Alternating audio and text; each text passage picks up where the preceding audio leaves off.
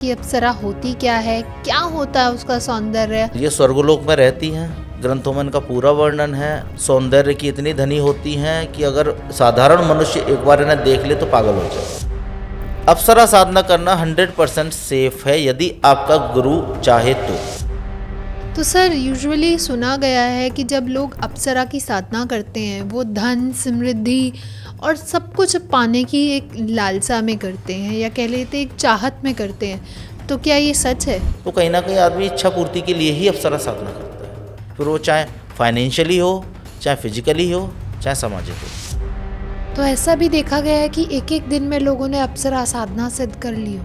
हाँ बिल्कुल, एक एक घंटे में।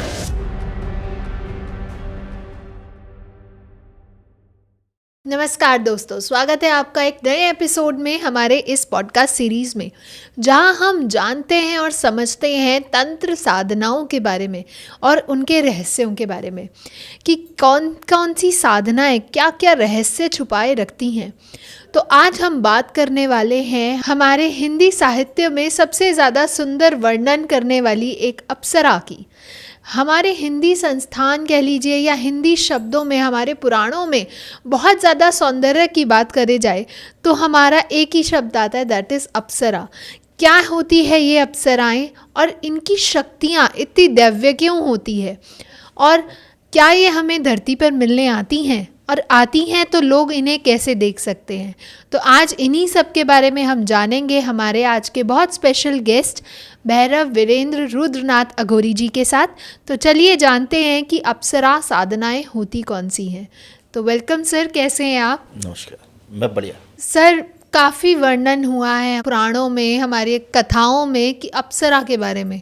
तो पहले अगर हम शुरुआत से जानना चाहें कि अप्सरा होती क्या है, क्या होता है उसका सौंदर्य, और कैसे उनकी दृष्टि इतना अलग वर्णन क्यों किया गया उनके बारे में। अप्सराएं हमारे धर्म ग्रंथों में या पुराणों में जो वर्णन है, अप्सरा एक पूरी योनि है।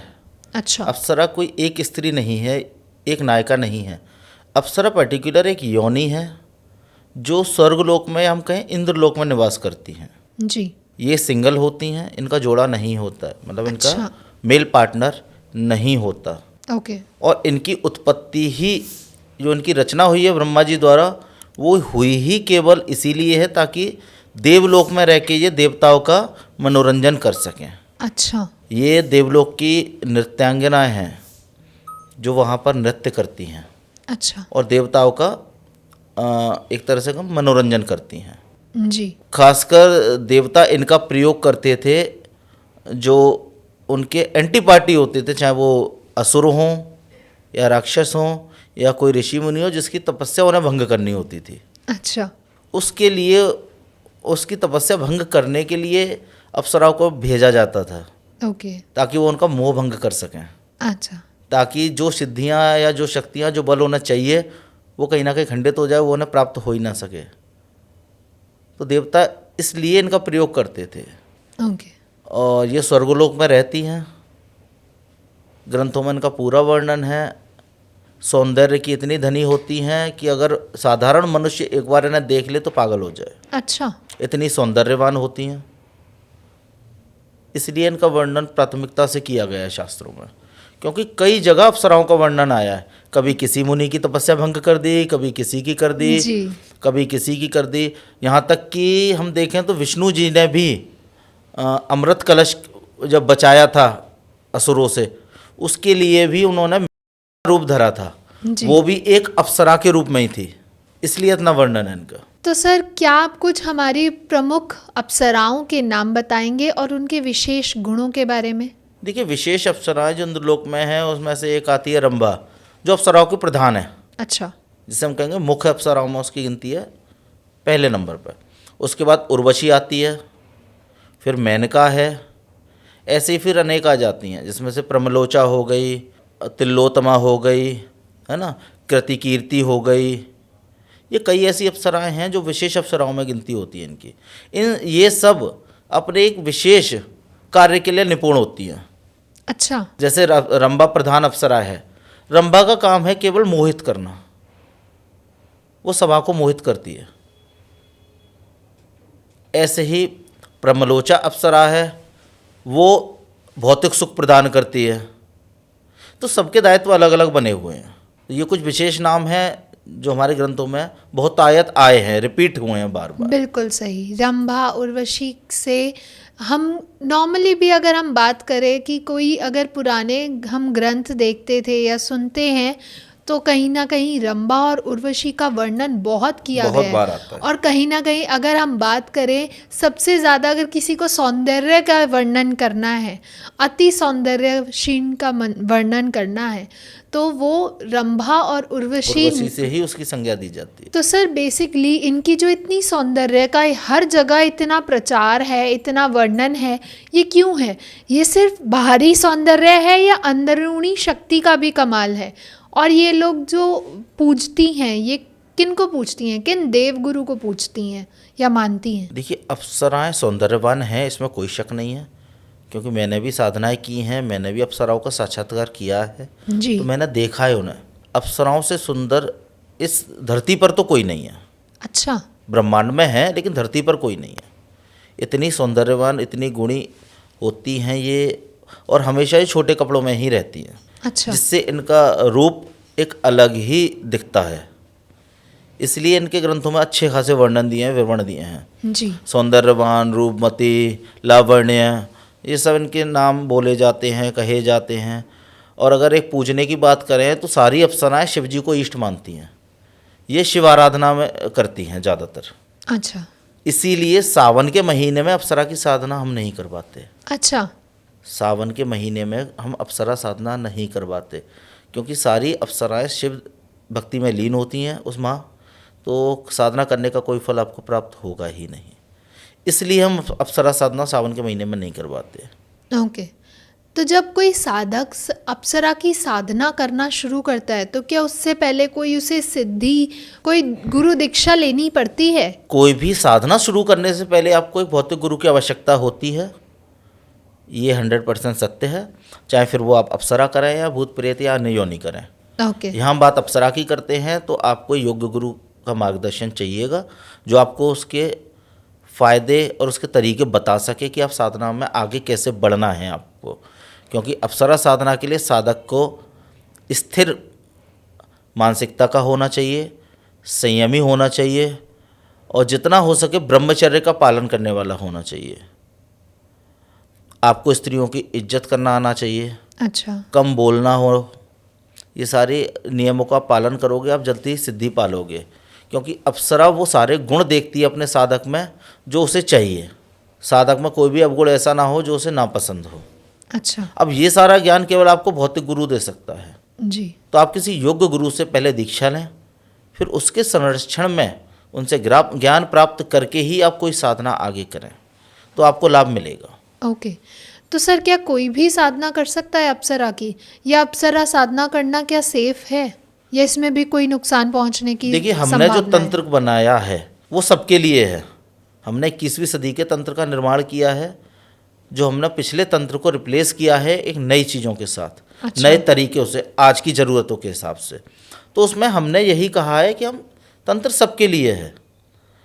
अब इसमें ये आता है कि एक ग्रस्त रह के भी, आदमी ग्रस्त में रह के भी तंत्र कर सकता है। अप्सरा की साधना कोई भी कर सकता है, चाहे वो पुरुष हो चाहे स्त्री हो।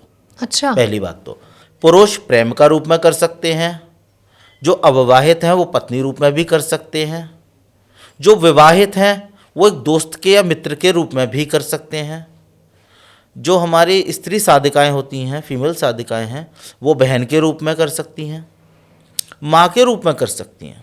अच्छा। तो अप्सरा साधना कोई भी कर सकता है, बस आपको उसके नियम पालन करने होते हैं, जिसके लिए आप अपने गुरु से दीक्षा लेके उन्हें फॉलो कर सकते हैं। ओके। तो क्या ये करना सेफ है? अप्सरा साधना करना 100% सेफ है, यदि आपका गुरु चाहे तो। अच्छा। क्योंकि कभी कभी दुष्परिणाम होते हैं 100 में से 1, अन्यथा नहीं। वो भी आपके गुरु पर निर्भर करेगा कि आपके गुरु ने आपको क्या सिखाया है, क्या बताया है। तो क्या उसकी एलिजिबिलिटी होती है अगर किसी को अप्सरा साधना करनी हो तो? उसके लिए भैया प्रारंभिक तंत्र का ज्ञान होना आवश्यक है।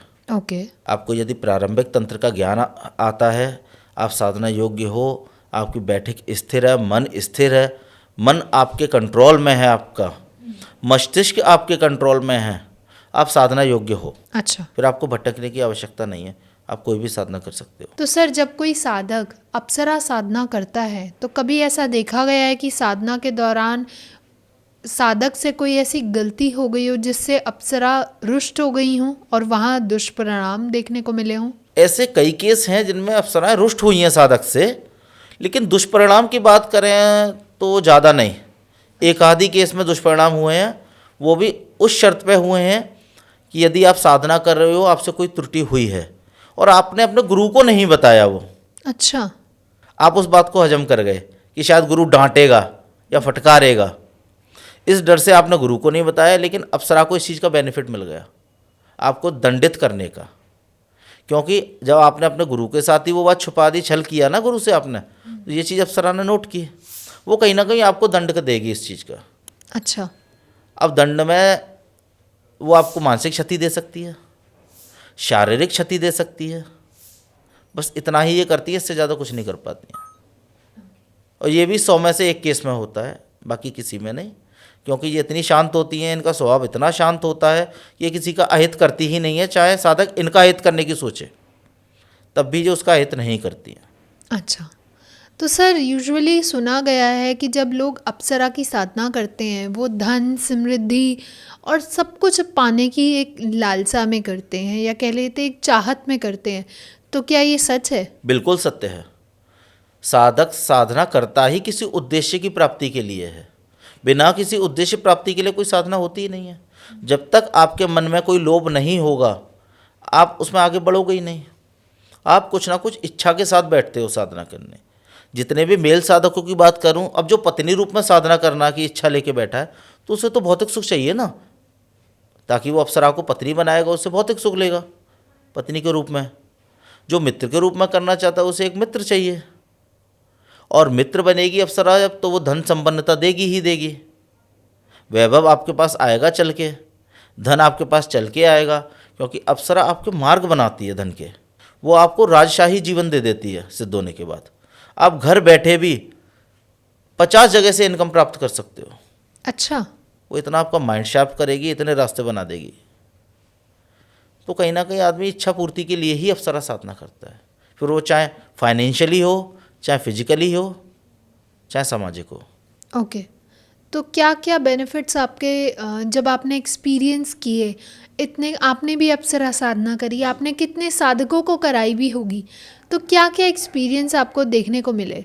देखिए, अप्सरा साधना सबसे सौम्य साधनाओं में आती है। हम कहें तो तंत्र की पहला स्टेप है, पहली सीढ़ी है। अच्छा। कोई भी नए साधक को हम अप्सरा साधना करवा देते हैं। ओके। अब 100 में से 50 हैं जो सफल होते हैं, बाकी दोबारा ट्राई करते हैं। अनुभवों की बात करें तो अप्सरा साधना जब मैंने की थी, मैं अपनी पर्सनल अनुभव बताऊं तो पहले दिन से ही एक सिरन उठने लगी थी शरीर में, जिसे लोग गूज बम्स उठना, ओके। सर्दी लगना, कपाहट होना, शरीर में गुदगुदी होना।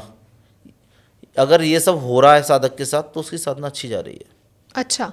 क्योंकि ये लक्षण है। अप्सरा की साधना में सबसे ज़्यादा नींद आती है, सबसे ज़्यादा नींद अप्सरा की साधना में आती है। आपको जमाइयाँ आना शुरू हो जाएंगी, आपके पलक इतने भारी हो जाते हैं कि आपकी आंखें खोले से नहीं खुलती हैं। आप हाथों से भी अपनी आंखों को खोलोगे तब भी नहीं खुलेंगी, इतने भारी हो जाते हैं, नींद आने लग जाती है। आपके जिस स्थान पे आप साधना करो, उसका वातावरण इतना चेंज हो जाता है, वहाँ इतनी फ्रेगरेंस होने लगती है, खुशबू एक अलग ही, जो आपने कभी महसूस ना की हो। हवा ठंडी हो जाती है, खुशबू आ जाती है चारों तरफ से, ये सब कुछ होने लगता है। और एक पल ऐसा आता है जब आपको दिखता है कि हाँ, एक रोशनी आ रही है, कभी इधर से, कभी इधर से, कभी पीछे से, आप उसे महसूस कर रहे हो बस। लेकिन जैसे जैसे साधना का क्रम आगे बढ़ता जाएगा, वो शक्ति आपके सामने साक्षात प्रकट होती जाएगी। अच्छा। कभी कभी शक्ति पहले ही दिन हो जाती है प्रकट, कभी कभी वो समय ले लेती है। अच्छा। अब ये निर्भर करता है साधक के अपने ऊर्जा वेग पर, कि आप किस हिसाब से जाप कर रहे हो, आपका ऊर्जा कितनी बन रही है इस चीज़ पे। लेकिन अगर एक बार अप्सरा अनुभव दे रही है और वो आ गई, तो फिर वो वचन देकर ही जाती है। अच्छा। तो ऐसा भी देखा गया है कि एक एक दिन में लोगों ने अप्सरा साधना सिद्ध कर ली हो? हाँ बिल्कुल, एक एक घंटे में। अच्छा। एक एक घंटे में सिद्धियाँ हो जाती हैं। अब एक दिन की सिद्धि का मतलब होता है 2 से 3 घंटे की बैठक। अच्छा। एक दिन की सिद्धि का मतलब ये नहीं होता कि 24 घंटे ही आपको बैठना है, नहीं, वो केवल आपको 2 से 3 घंटे का टाइम दिया जाएगा, उसमें आपको करनी है, उसी में प्रत्यक्षीकरण हो जाता है, वचन हो जाते हैं, तो वो एक दिन में सिद्ध हो गई। अच्छा, जी। तो सर जब कोई साधक बैठता है तो क्या उसे कोई सुरक्षा घेरा बनाने की आवश्यकता होती है? अप्सरा साधना में कोई सुरक्षा घेरा बनाने की आवश्यकता नहीं होती है। ये सौम्य साधनाओं में आती है, इसमें कोई डर भय वाली बात नहीं होती है, इसलिए इसमें कोई सुरक्षा घेरा नहीं लगाया जाता। और कुछ साधनाओं में तो अप्सरा की साधनाओं में गुरु का पूजन भी नहीं करवाते हम लोग। अच्छा, प्रारंभिक पूजनों में गुरु पूजन नहीं करवाते, केवल मानसिक आज्ञा लेके आप साधना कर सकते हो, क्योंकि अप्सरा पूर्ण यौवन के साथ आती हैं। जब आती हैं तो छोटे कपड़े होते हैं, जैसे मैंने बताया, पूर्ण सुंदरता के साथ वो आएंगी, है ना, एक लुभावना कैरेक्टर लेके वो आती है साधक के सामने। अब उस समय यदि आप गुरु पूजन कर रहे हो तो वहाँ गुरु उनके पिता स्वरूप हो गया, एक तरह से सुप्रीम पावर, उसके सामने वो उस रूप में नहीं आ सकती। इसलिए हम कई साधनाओं में अप्सराओं की में गुरु पूजन भी नहीं करवाते। तो सर क्या सच में अप्सराएं धरती पर आती हैं? और आती हैं तो किस प्रकार हम उनका प्रत्यक्षीकरण कर सकते हैं, किस प्रकार हम देख सकते हैं उन्हें? ये सच है कि अप्सराएं धरती पर आती हैं। ये चीज़ पुराणों में भी वर्णित है कि कई अप्सराएं ऐसी हुई हैं जो धरती पर आई हैं। अच्छा, जैसे हम मेनका का एग्जाम्पल ले लेते हैं। जी, विश्वामित्र जी की तपस्या भंग करने के लिए मेनका स्वर्ग से पृथ्वी पर आई थी। अच्छा, उनकी तपस्या भंग की थी, लेकिन वो उनके प्रेम जाल में मोहित हो गई और पृथ्वी पर ही रह गई। उन्होंने बाकायदा विश्वामित्र जी से शादी की, उनका गंधर्व विवाह हुआ, उनसे पुत्री हुई शकुंतला, जिसका वर्णन पुराणों में है जी, है ना। शकुंतला का पुत्र हुआ भरत, जिस पर आज हमारे देश का नाम है भरतवंश जी, या भारत हम कहें तो। ऐसे कई और अप्सराएं हैं जो श्राप के कारण भी पृथ्वी पर आई हैं, जिसमें से एक है पुंजिकस्थला, जो अंजनी माता के रूप में है। अच्छा, पुंजिकस्थला एक अप्सरा थी स्वर्ग में, जिन्हें एक श्राप मिला था, उसके कारण वो वानर कुल में पैदा हुई पृथ्वी पर, जो माता अंजना के नाम से पूज्य हैं आज, जी। हनुमान जी की माता जी के नाम से। जी, तो अप्सराएं आती हैं पृथ्वी पर आज भी। एक योग्य साधक अगर एक योग्य गुरु के मार्गदर्शन में साधना करेगा तो डेफिनेटली अप्सरा आती है, और पूर्ण रूप से प्रत्यक्ष रूप में ही आती है।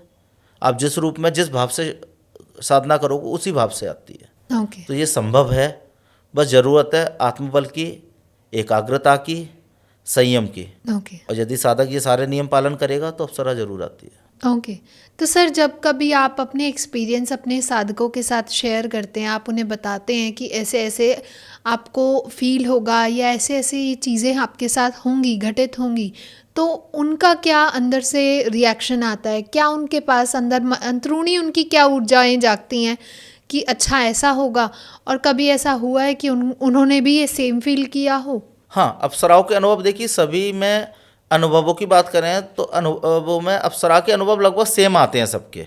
अच्छा, वही नींद आना, आंखें झपकना, गुदगुदी होना शरीर में, पूरा माहौल ठंडा हो जाना, ठंडी हवाएं चलना, एक अलग सी खुशबू पूरे साधना स्थल पर फैल जाना, अनुभव लगभग सबके 80-100% एक से रहते हैं। और जब हम अपने अनुभव साझा करते हैं तो क्यूरियोसिटी मन में जागती है शिष्य के में कि गुरुदेव और क्या हुआ, और क्या हुआ। अब कुछ अनुभव ऐसे होते हैं जो हम गुरु के अलावा किसी को नहीं बता सकते, अच्छा, तो हम बंधन में आ जाते हैं। लेकिन जो बताने लायक चीज़ें होती हैं वो हम साधक को सब बताते हैं। अब साधक उसके आधार पर अपनी साधना का चयन करता है कि गुरुदेव मैं भी करूँगा। एक क्यूरियोसिटी जागती है ना कि गुरु जी को हो गया तो मैं भी करूँगा, 1 घंटे में हो रही है मैं भी करूँगा, तो इसलिए वो बस वही है। ओके। तो ऐसा कोई एक्सपीरियंस जो आप लोगों ने फील किया हो, आपने पर्सनली फील किया हो, जो आप हमारे ऑडियंस के साथ भी शेयर करना चाहें? जैसे कि एक रत्नमाला अप्सरा का जिक्र है। अच्छा, रत्नमाला अप्सरा का काम होता है केवल वो या तो स्टोन देती है, रत्न, या ज्वेलरी देती है साधक। अच्छा, हाँ, वो फिर किसी भी फॉर्म में हो सकता है। वो लाकर देती है या वो लाकर ही सिर्फ देती आपको है। रास्ता बताती नहीं, है? लाकर देती है वो डायरेक्ट लाकर देती है आपको। मोती माणिक्य या कोई भी गोल्ड कॉइन या ज्वेलरी कुछ भी दे सकती है। वो जब साधना मैंने की थी स्टार्टिंग में, तो उसका दूसरे दिन से ही मैं जहाँ साधना कर रहा था तो मेरे आसन के आसपास या आसन के नीचे मुझे मोती मिलने शुरू हुए। अच्छा, नॉर्मल जो सीप वाले मोती होते हैं वो मिलने शुरू हो गए। 1-2 स्टोन मिले मुझे, जो मैंने चेक कराया था तो नॉर्मल ही थे, जो मार्केट में अवेलेबल हैं। अच्छा, मतलब वो कहीं दूसरे ग्रह के नहीं थे यहीं के, लेकिन वो मिल उस शक्ति के जरिए रहे थे मुझे। 3 दिन मैंने वो साधना की थी। तीसरे दिन मुझे एक कॉइन मिला जो सिल्वर का था। अच्छा। और तीसरे दिन जब वो शक्ति जब प्रत्यक्ष आई तब मैंने उससे पूछा तो उन्होंने स्पष्ट कहा कि हाँ ये मेरे द्वारा दिए गए हैं। वो मोती आज भी मेरे पास रखे हैं, लेकिन वो आम मोती हैं, मैं ये नहीं कहूँगा वो दूसरी दुनिया के हैं, लेकिन वो लाके शक्ति न दिए हैं। अच्छा। वो ना तो वो उसे स्वर्ग से लाई ना नरक से लाई, वो उसने यहीं कहीं मार्केट से कहीं से भी उठाए हों, वो उसकी अटक है, लेकिन उसने मुझे लाके दिए। अच्छा। हाँ। तो ऐसा भी हुआ है कि कोई शक्ति आपके सुनने में हो कि कोई शक्ति ने कुछ अलग रहस्यमयी रत्न किसी को लाके दिया हो? हाँ कई हैं ऐसे। अच्छा। देते हैं। मेरे पास ही एक रत्न है जो मुझे एक जिन्न ने ला के दिया था, जो मैंने जैसे एक अंगूठी में मड़वा रखा है, मैं उसे पहनता भी हूँ। अच्छा। वो मुझे एक जिन्न ने ला के दिया था। अभी मैं से जैसे मैं ये ब्रेसलेट पहना हूँ, आप देख सकते हो, उसमें 3 है, जिसमें से ये ग्रीन वाला मुझे जिन्न ने ला के दिया है। अच्छा। वो मैं पहना हुआ हूँ। अब इनके विशेष कार्य हैं सबके, ऐसा नहीं है वही है जो कुछ ना कुछ कार्य करता है, अब वो हम बता नहीं सकते खुल के। तो रहस्यमय चीज़ें देते हैं, जिन वस्तुएं देते हैं, अप्सराएं भी देके जाती हैं। अप्सराएं कई दिव्य भोज्य पदार्थ लेके आती हैं। अच्छा। हाँ, कई मिठाइयाँ लाती हैं स्वर्ग से, कई दिव्य पेय लाती हैं जिन्हें हम शरबत बोलते हैं। जो आपने मिठाइयाँ ऐसी ऐसी आती हैं कि आपने जो कभी सोचा भी ना हो, वो अपने यहाँ से लाती हैं। बहुत सी ऐसी चीज़ें लाती हैं जो यहाँ अवेलेबल नहीं है। तो सर अब बात करते हैं रत्नमाला अप्सरा की। वो क्या है, कैसे काम करती है और उनकी शक्तियाँ बाकी अप्सराओं से कैसे अलग हैं? रत्नमाला अप्सराओं का हमारे पुराणों में जिक्र है। ये स्वर्ग में एक विशेष स्थान रखती है। अच्छा। लगभग 100 अप्सराओं के एक समूह की ये मुखिया है। अच्छा। और इसका मुख्य कार्य होता है केवल धन देना। जैसा कि आप नाम से इसके से विदित हो रहा है, रत्नमाला, रत्नों का समूह। जी। ये अपने साधक को रत्न, धन, ऐश्वर्य, वैभव ये प्रदान करती है। अच्छा। हाँ, ये बहुत सुंदर होती है दिखने में, और हमेशा एक नौजवान हम कह सकते हैं लगभग 16 से 20 साल की कन्या के रूप में आती है ये हमेशा। अच्छा। हाँ, इससे अधिक नहीं। और अभी रिसेंटली एक शिष्य को मैंने ये कराई है जिसे अच्छा लाभ मिला है, इसका दर्शन भी हुए हैं और उसे धन लाभ भी हुआ है। तो सर क्या स्त्रियां भी रत्नमाला अप्सरा की साधना कर सकती हैं, और अगर हाँ तो उन्हें किस प्रकार से लाभ मिलेगा? रत्नमाला अप्सरा की साधना स्त्री पुरुष दोनों वर्ग कर सकते हैं। अच्छा। यहाँ हम बात स्त्रियों की कर रहे हैं, तो स्त्रियां भी इसकी साधना कर सकती हैं देवी रूप में, जैसे हम बोलते हैं स्वतंत्र रूप से। अच्छा। या तो आप स्वतंत्र रूप से कर सकते हो या एक बहन के रूप में कर सकते हो। ये माँ के रूप में संपन्न नहीं होती है। और स्त्रियों का इसका विशेष लाभ ये होता है कि ये स्त्रियों को सौंदर्य प्रदान करती है। अच्छा। धन, ऐश्वर्य, वैभव के साथ में ये स्त्री साधिका को सौंदर्य भी प्रदान करती है। आजीवन, जब एक बोलते हैं ना उम्र ढलने के साथ में जो चेहरे पर उम्र का एक अभाव दिखता है, भाव दिखता है, वो नहीं दिखता है इसकी साधकों को। अच्छा। तो फीमेल साधक के लिए ये सबसे बड़ा बेनिफिट है कि उसे जो सौंदर्य मिलेगा वो अप्सरा की तरफ से मिलेगा। अच्छा। हाँ, हम कह सकते हैं हर समय जवान रहने वाला। ढलती उम्र दिखती नहीं है जी लेडीज़ों को, यदि वो रत्नमाला अप्सरा की साधना करती हैं तो। ओके। तो रत्नमाला, जैसे कि हमने काफ़ी सारी अप्सराओं के बारे में आज बात करी, इसमें रत्नमाला बाकी सबसे क्यों कैसे अलग है? क्या बाकी सारी वैभव सौंदर्य नहीं लाके देती? बाकी सब देती हैं, उनकी शर्तें ज़्यादा होती हैं। इसकी कोई शर्त नहीं है, ये बिना वचन किए भी अपने साधक को कुछ ना कुछ दे के ही जाती है। अच्छा। यदि आप इसकी साधना करते हो, अगर जिस प्रत्यक्षीकरण इसका नहीं भी होता, ये सामने नहीं भी आती, तब भी आपको कुछ ना कुछ मिलेगा ही मिलेगा लाभ।